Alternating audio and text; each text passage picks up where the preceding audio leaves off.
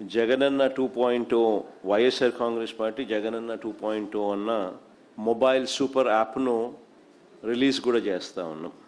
ఈరోజు ఏం జరుగుతూ ఉంది అని అంటే సోషల్ మీడియాలో మన వాళ్ళు పోస్ట్ చేసిన కంటెంట్ను ఇష్టం వచ్చినట్టుగా డిలీట్ చేసేయడము, డిలీట్ చేసేదానికి ఇష్టం వచ్చినట్టుగా కుట్రలు పన్నడము, ఇవన్నీ జరుగుతూ ఉన్న నేపథ్యంలో మనమే ఒక యాప్ తీసుకొని వచ్చి ఒక ప్లాట్ఫామ్ క్రియేట్ చేస్తూ ఉన్నాం.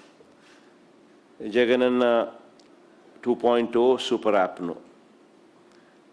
ఈ యాప్లో ఇందులో ప్రతి కార్యకర్త కూడా నిర్భయంగా తన అభిప్రాయాలను తాను చెప్పొచ్చు. చెప్పడమే కాకుండా పార్టీతో నిత్యం తాను అనుసంధానమై ఉండగలుగుతాడు. సో అదొక మంచి పరిణామం జరుగుతుంది. ఇష్టం వచ్చినట్టుగా వాళ్ళు చేసే కుట్రలు ఏదైతే ఉన్నాయో కుట్రలను కూడా తిప్పికొట్టినట్టు అవుతుంది. ప్లస్ మన వాళ్ళందరికీ కూడా పార్టీలో ఉన్న చిన్న కార్యకర్త నుంచి సెంట్రల్ ఆఫీస్ దాకా ప్రతి నాయకుడు కూడా నియోజకవర్గ స్థాయి నుంచి రాష్ట్ర స్థాయి దాకా ప్రతి నాయకుడితో కూడా కార్యకర్తలు కూడా అనుసంధానమై కూడా ఉంటాడు. ఎందుకనంటే ఇక్కడ పోస్ట్ చేసే ప్రతి కంటెంట్ కూడా మన పార్టీలో ప్రతి ఒక్కరికి కూడా ఇది అందుబాటులో ఉంటుంది. కాబట్టి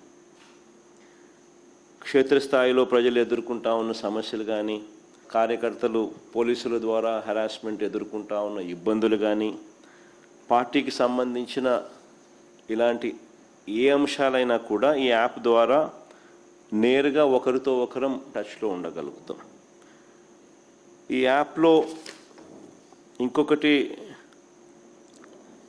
మంచి విషయం ఏమిటి అని అంటే పార్టీలో మనం నిర్వహించే ప్రతి సమావేశము, పార్టీ నిర్వహించే ప్రెస్ మీట్లు, ముఖ్యమైన కార్యక్రమాలు, అధికారిక ప్రకటనలు, ఇవన్నీ కూడా నేరుగా లైవ్ ఫీడ్ కూడా ఈ యాప్లో ప్రతి కార్యకర్తకు కూడా అందుబాటులో ఉండే కార్యక్రమం కూడా జరుగుతుంది. సో ఇవన్నీ ఉపయోగకరంగా ఉంటాయి.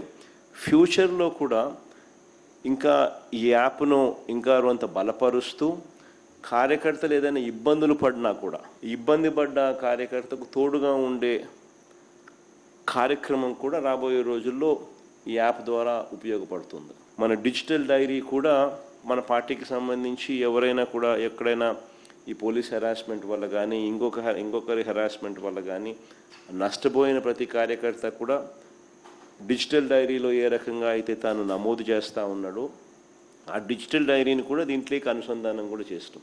సో ఈ యాప్లో వస్తే డిజిటల్ డైరీ కూడా అందుబాటులో ఉంటుంది. సో ఇది బేసిక్లీ ఒక సూపర్ యాప్. సో మనదే ఒక ప్లాట్ఫామ్ క్రియేట్ చేస్తూ ఉన్నాం. సో ఒకవైపున మనం ఈ మిగతా ప్లాట్ఫామ్స్లో సోషల్ మీడియా పోస్టింగ్స్లో సోషల్ మీడియా వాళ్ళ మీద చర్యలు ఏదైతే తీసుకుంటా ఉన్నారో అవన్నీ కూడా ఆ ప్లాట్ఫామ్స్కి రిప్రజెంట్ చేసి అవి అండూ చేసే కార్యక్రమాలు ఎలాగూ మనం చేస్తూ ఉంటాం.